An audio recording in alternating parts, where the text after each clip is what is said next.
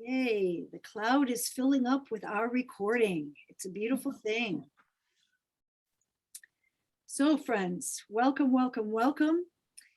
We have a beautiful program for you today. We're here in the midst of February, right? And this beautiful verse. So what do you think? Kathy? Okay.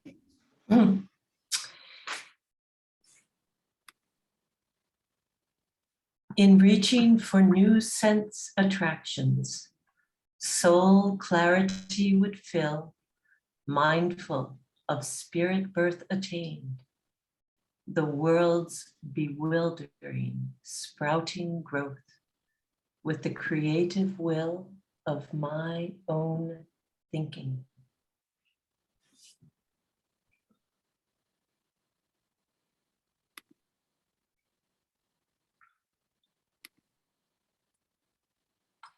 Thank you, Kathy. Yeah, so think about it, friends. Maybe next week will be your turn to read the verse. And I'm going to just turn it right over to Nancy and get our will forces going to start us off. Our creative will forces. A piece of paper. Now, today, it would be nice to have two colors of pencil or crayon, pen, ink, whatever. So I'll give you a moment. I've got the classic red and blue, only mine is a little bit more red violet. And then a pair of scissors is a nice thing. Gather our materials. Ooh, that moon image of Michael's is amazing. I'm looking at people getting up and looking at their backs, and all of a sudden I realize I'm looking at the new moon as well. That's some image. Okay. Focusing again on that image of the seed that we worked with last week. We're going to do that wonderful, simple, and profound drawing exercise of drawing a spiral in from the outside with one color. I suggest your red or active color, stopping in the middle, and then changing color, and from the same point, following your spiral back out to the outside. It can be as dense or as open a spiral as you choose. Use as much of the paper as you can, and start, again, this is the outside in spiral. And I'm going right to left. That's just natural for right-handers. Left-handers might choose to do the other way. And what I'd love us to focus on as we go ahead, draw away. As we draw in, as we focus down in from the outside, let's think about the forces of heat and warmth that work down to compress in the plant, the formation of the seed. Thinking of them as spiraling in to this compressed form that the seed takes. And when we reach the middle, change colors. And we have this moment of rest, the seed in the earth. And now the forces of the water swell. So I suggest blue at this point. Waters of the spring quicken and swell in the seed. The energy of expansion, the moon forces that, and the gravity of the earth that draw the radical down and out, away from the seed coat and down the shoot that rises to the power of the sun. The seed expands, and so our spiral will expand back out.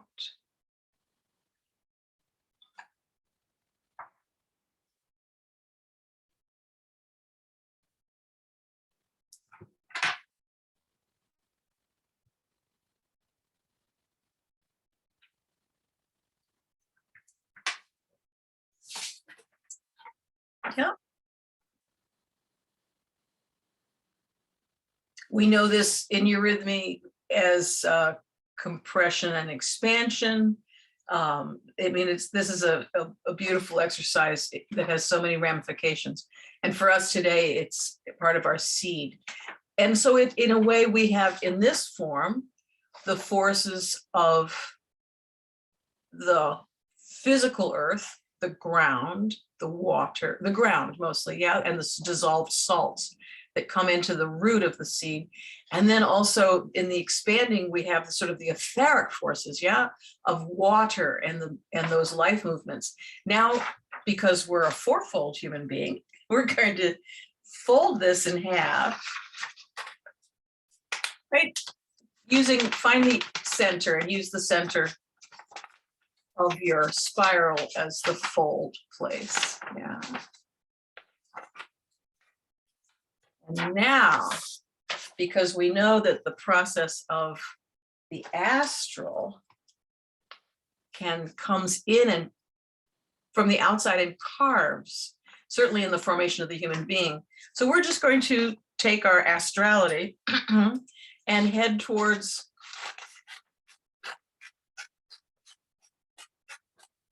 Valentine shape. Simple love. There you go. Taking our deep meditation into something more, I mean, maybe some people would call it a commercial image, that Valentine's Day card of the heart, but they're heart forces. So tell us again how we're cutting. So I would fold it in the middle, and then I usually start from the bottom. It's easy to come up and cut half a heart. So start with it folded, so you're cutting two at once. And then just loop around the top and down. And if you don't like the shape of your heart, you can carve it again.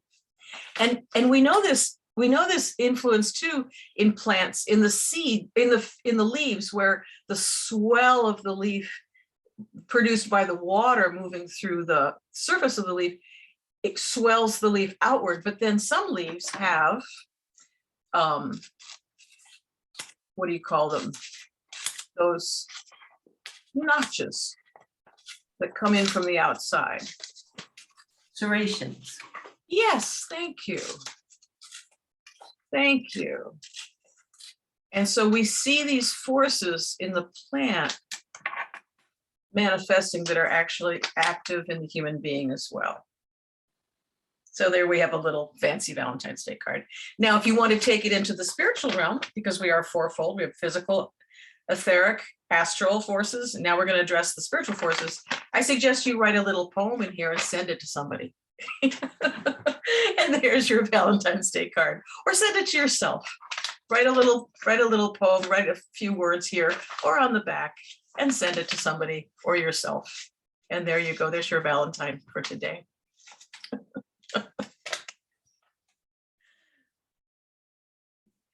This is mine. Oh, there's another little, I mean, you can continue to carve away. My astrality knows no bounds sometimes. So I carve another heart into the center.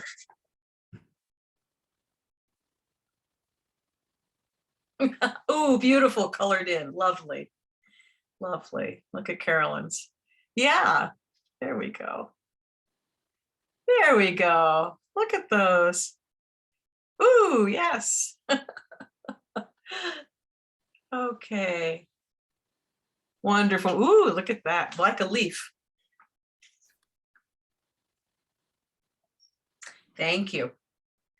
Thank you. That's fun. Fun, yeah. Today's Yeah. is fun.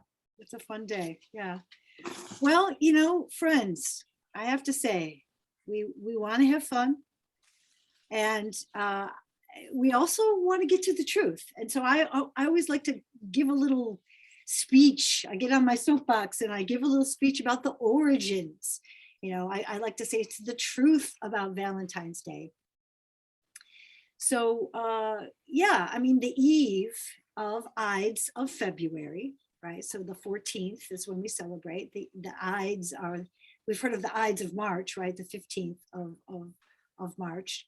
So this is the time when Saint Valentine's Day is celebrated. But really, have you ever wondered where this hearts and flowers frivolity came from? Well, it wasn't always about, cutting out Valentines and chocolates and sappy Hallmark cards, right? So yeah, we're going to look at these origins of this holiday and set the record straight. So for one thing, Valentinus was a very common Roman name, meaning strong, effective fertility. And please, excuse me, friends, if I commit a little history here, but basically the church fathers were trying to replace a very potent ancient Roman festival called Lupercalia with a Christian martyr named Valentinus to usurp the power of this rite of great antiquity. Now, don't get me wrong, frivolity has its place, as you can see in this picture. This festival of Lupercalia, not only was it a festival of fertility, you can see a lot of that going on here, but it was also a ritual of purification. We talked about that a little bit last week, this idea of this time of year, the spring cleaning and this ritual purification time where we rededicate ourselves. But in Roman times, it was sacred to the wolf goddess, Ruminia. Maybe you've heard of her, the she-wolf and founder of Rome. Well, this festival of Lupercalia was celebrated on the Ides of February.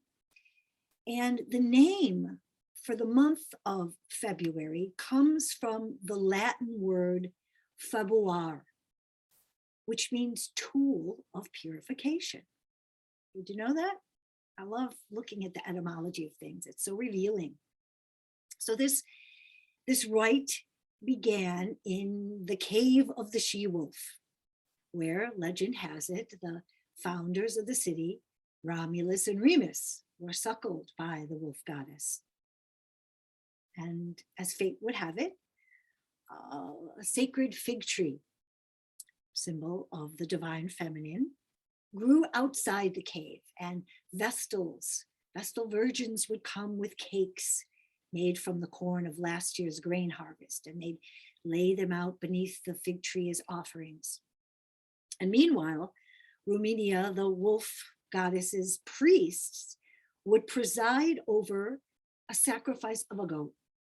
Now, this was a pretty big deal because this was the only time of year that a goat was used as a sacrifice.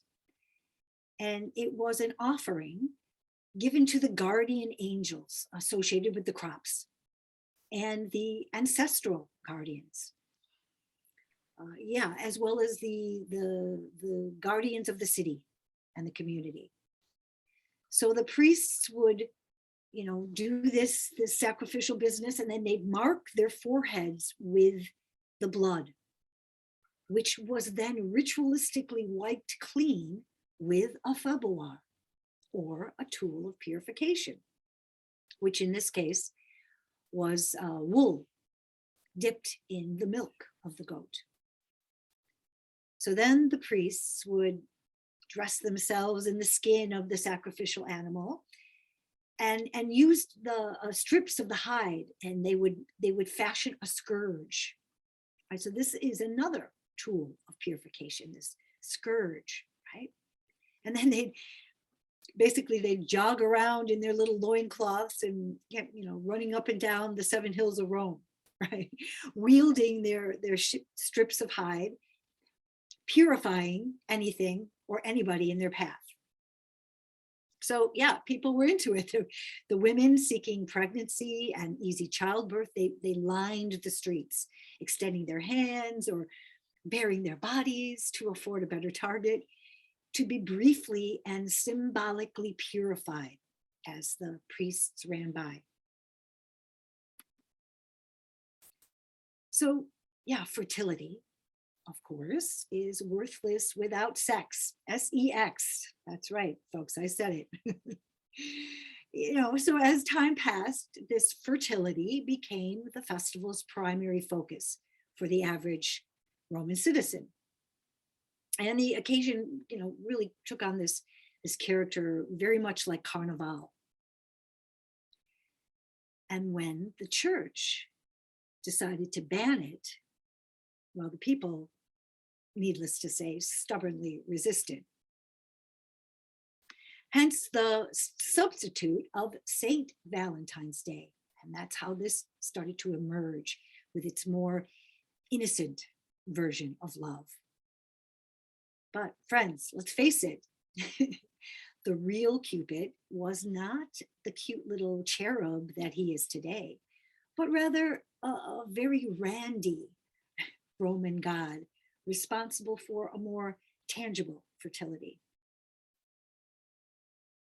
So all this frivolity aside, what would it be like to imagine the days when the wolf goddess Romania was at the heart of this time of celebration, as we purify and purge all our afflictions and ills before we begin to plant the new seeds of creativity. For by the ancient calendars, winter is pretty much ended by the Ides of February, and spring, a season of new beginnings, has arrived. So on Valentine's Day, let's remember the potent power of the wolf, asking her to spare the herds, taking only what she must, to keep us free and fertile and abundant, like the crops, and as fruitful and as wild as we want to be. So that's my blessing for us, folks. A little history lesson. And so now I'd just like to invite you to go into the breakouts, and I'll try to get it into 3 in a room. We'll have 3 minutes each. Yeah, let's try to stick to that 3 minutes so that we can make sure everybody gets a chance, and then we'll have a little bit of time at the end, in your little group to converse, and then we'll come back together as a larger group. But the question that we're looking at here is, how do we make a space in ourselves? How do we purify a space within ourselves for the spiritual seeds that we want to grow, can have the room to spread out and spiral out and do their thing, right? Are we making ourselves fertile ground? How are we going to do that? Does that make sense? Any questions about the question? All right. Okay. We can figure out here. What did I just do? No. Yep, gonna do that. And then I'm gonna go here. All right, here we go. See you soon, folks. See you in about 10 minutes.